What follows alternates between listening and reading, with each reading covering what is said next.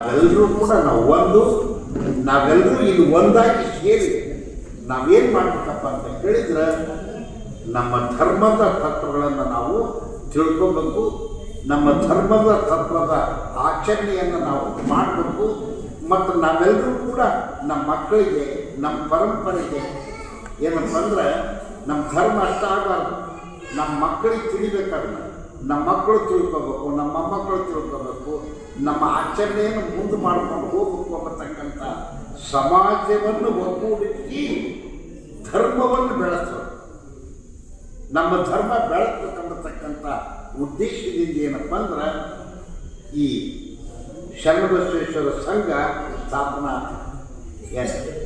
ಇದು ಉದ್ದೇಶ. ಇದು ಮುಂದದು ಗುಡಿ ಕಟ್ಟೋದು, ಗುಂಡಾರು ಕಟ್ಟೋದು ಅದು ದೊಡ್ಡದಲ್ಲ. ಇಲ್ಲಿ ಏನು ಉದ್ದೇಶ ಅದ ಅಂತ ಕೇಳಿದ್ರೆ ಅವು ಆಗ್ತಿರ್ತದೆ, ದೊಡ್ಡ ಆಗ್ತಾವ, ಸಣ್ಣ ಆಗ್ತಾರೆ. ಇಲ್ಲಿ ಏನು ಉದ್ದೇಶ ಅಂತ ಕೇಳಿದ್ರೆ ನಮ್ಮ ವೀರಶೈವ ಧರ್ಮ ಶರಣ ಧರ್ಮದ ಏನೈತಂದ್ರೆ ಪ್ರತಿಯೊಬ್ಬರು ಒಂದೊಂದು ಗುಡಿ ಆಗ್ಬೇಕಂತ.